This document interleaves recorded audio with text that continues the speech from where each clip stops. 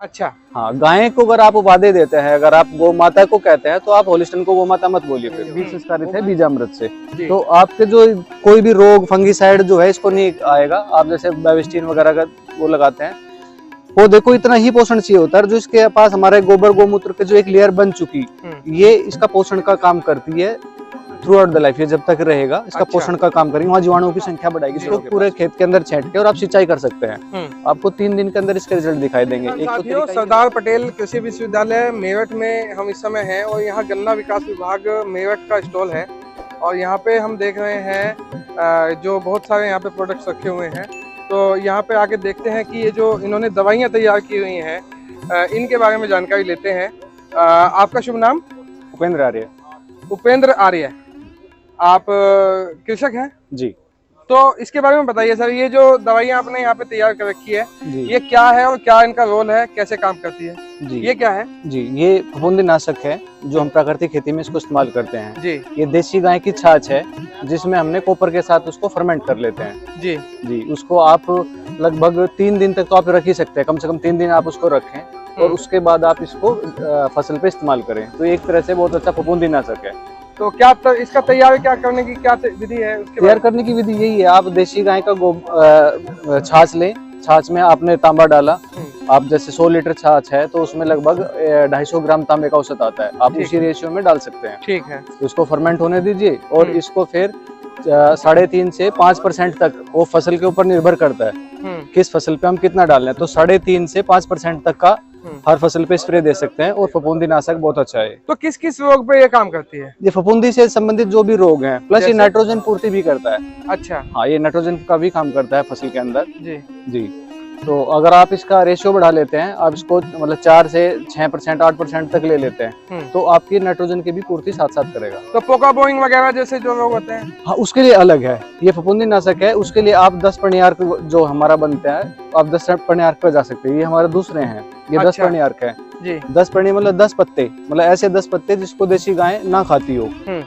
Plus उसके साथ ऐसे भी पत्ते हैं जैसे नीम है, कॉमन, ये दवाइयों में इस्तेमाल होता है तो आप वो भी इस्तेमाल कर सकते हैं। जबकि गाय उसको खाती है तो ये अपवाद में है चीजें। तो 10 पनियार्क वही है। आप गौमूत्र में ये 10 ऐसे पत्ते डाल लीजिए। जैसे कि कुछ बताएंगे आप इसके बारे में? जैसे इसमें आपने गौमूत्र लिया, गौमूत्र में आपने अरंड डाला, पपीता डाला, नीम डाला और आपका धतूरा, तो इस तरह की पत्तियां डाल सकते हैं। 10 पत्तियां ऐसी जिनको गाय ना खाती, जिसको गाय ना खाती, कोई भी 10 आप आंख ले सकते हैं, धतूरा ले सकते हैं। अच्छा। तो कोई भी 10 पत्तियां ले सकते हैं और इसको साथ इसको फर्मेंट होने दे। तो इसमें मतलब गौमूत्र के साथ? गौमूत्र के साथ जी। इसका एप्लीकेशन का क्या तरीका है? इसको एप्लीकेशन करने के लिए इसको 3 से 5% तक का इसमें स्प्रे होता है। आप 3 से 5%? 3 से 5%। जो छोटी हल्की फसलें हैं तो उस पे आप 3% ले, गन्ने जैसी फसल है, गेहूं है, ये 5% तक का झेलती है। तो किस किस फसल पे इसका प्रयोग किया जा सकता है? आप सभी फसल पे इसका इस्तेमाल कर सकते हैं जी। आप प्राकृतिक खेती करते हैं, कितने लंबे समय से आप इसका प्रयोग कर रहे हैं? मैं 8 सालों से इसका इस्तेमाल कर रहा हूँ और 8 साल मुझे प्राकृतिक खेती करते हो गए। मेरा अपना 50 बीघा जमीन में मैं कर रहा हूँ। हाँ, तो उसके बहुत अच्छे रिजल्ट्स हैं। तो ये किस किस मतलब खास कुछ ऐसे लोग जो किसान भाई जिनको जानते हो, जिनके बारे में वो इसका प्रयोग कर सकते हो? देखो, सबसे बड़ी समस्या आती है, एक टाइम आता है जिसपे हम कहते हैं ना, अब ये टॉप बोरर जो आ जाता है, टॉप बोरर में इसका बहुत अच्छा रिजल्ट है। टॉप बोरर का पक्का इलाज आप देख रहे हैं और एक चवन्नी भी आपकी जेब से खर्च होने वाली नहीं है। प्रकृति ने जो कुछ आपको दिया है उसी से आप लेके वापस प्रकृति को दीजिए, बिना कोई पैसा खर्च किए हुए। टॉप बोरर जैसे रोग आपके जी इसी से हट जाते हैं। इसी से हट जाएंगे जी। इसको रिपीटेडली यूज करना है। इसका रिजल्ट जो है 20 से 25 दिन का इसका रिजल्ट होता है जी। तो 25 दिन के बाद आप दोबारा से इसको कर सकते हैं। टाइम टेन्योर इसका कम होता है रसायन में, जबकि ज्यादा है, किसानों को आदत हो चुकी, लेकिन टाइम टेन्योर वही है, मेहनत थोड़ा सा ज्यादा बढ़ेगी आपकी, लेकिन रिजल्ट 100% है। और ये जो नीमास्त्र है सर, ये क्या है? नीमास्त्र भी है, इसमें केवल गौमूत्र के साथ नीम को फर्मेंट किया जाता है। नीम मतलब छाल या पत्ते? क्या पत्ता, नीम को पत्ते को आप कूट के और गौमूत्र के साथ फर्मेंट कर लीजिए। आपको इंस्टेंट यूज करना है तो उसके साथ उसको बॉईल कर लीजिए, नहीं तो 15 दिन लगेंगे इसको तैयार होने में जी।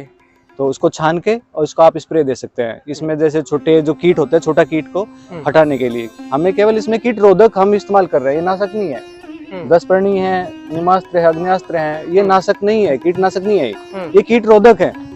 हमें केवल टेस्ट चेंज करना है कीट का। हर कीट का अपना टेस्ट है, पर्टिकुलर फसल में इसलिए आता है, हर कीट अलग है।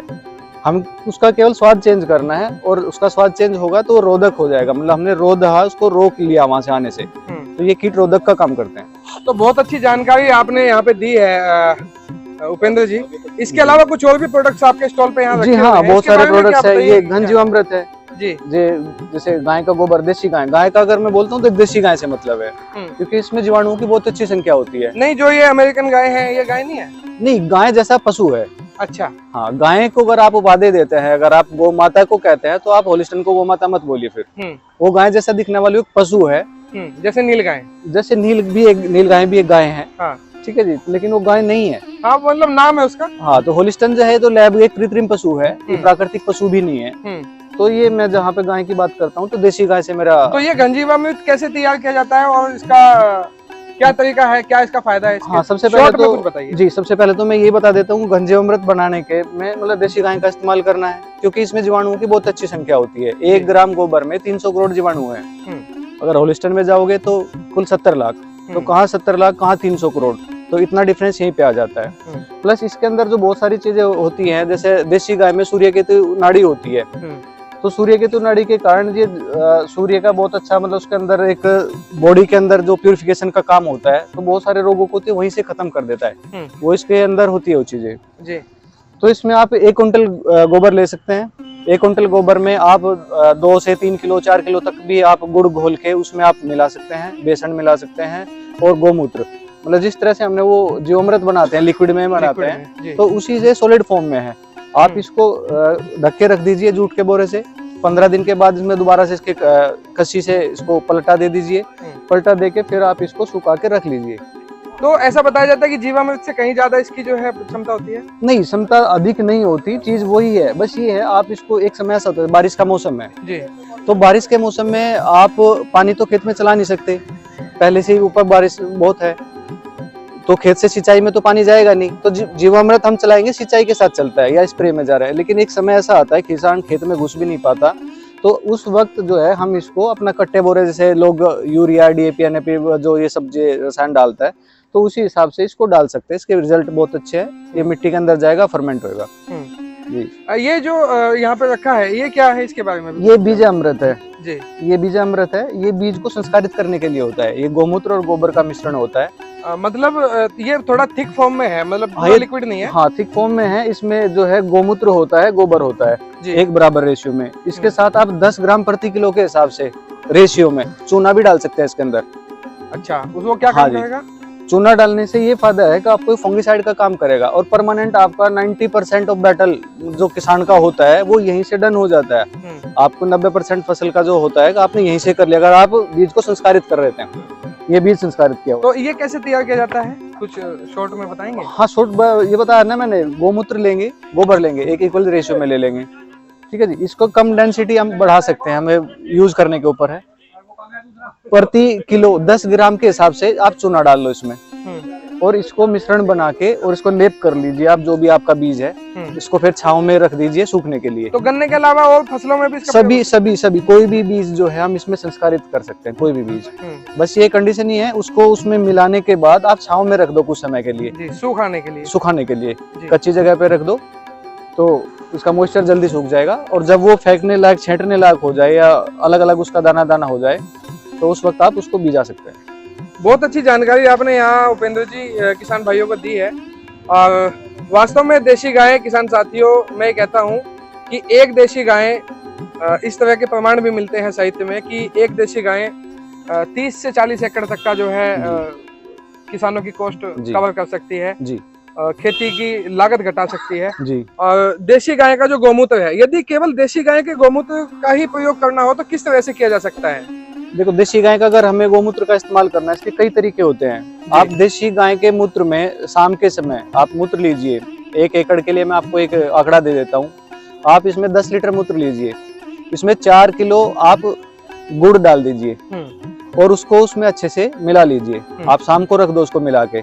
सुबह इसको आप या तो घनजीवामृत में या रेत में मिला के इसको पूरे खेत के अंदर छेंट के और आप सिंचाई कर सकते हैं। आपको 3 दिन के अंदर इसके रिजल्ट दिखाई देंगे। एक तो तरीका ये हुआ गोमूत्र का, डायरेक्ट ही हो गया ये भी। दूसरा ये है, आप गोमूत्र को आपकी स्प्रे टैंक में डालिए और ये 5-7% तक भी चल जाएगा, कोई दिक्कत वाली बात नहीं है इसमें, क्योंकि इसमें नुकसान कुछ नहीं है। गोमूत्र जितना पुराना हो इतना अच्छा, इसकी एक्सपायरी डेट भी कुछ नहीं है। ठीक है जी। तो आप अपने स्प्रे टैंक में डालिए और स्प्रे कर दीजिए, तो आपका नाइट्रोजन का भी काम करेगा, फंगीसाइड का भी ये काम करेगा, ऑल पर्पज करता है, आपका एक माइक्रो न्यूट्रिएंट्स का भी काम करता है। बहुत बढ़िया जानकारी आपने उपेंद्र जी किसान भाइयों को दी है। और किसान साथियों, यदि आपको आज की वीडियो अच्छी लगी हो तो हमें कमेंट बॉक्स में जरूर बताइएगा, और वीडियो लाइक और शेयर करना बिल्कुल ना भूलें, चैनल को भी सब्सक्राइब कर लें। अगले वीडियो में फिर मिलेंगे एक नए विषय के साथ।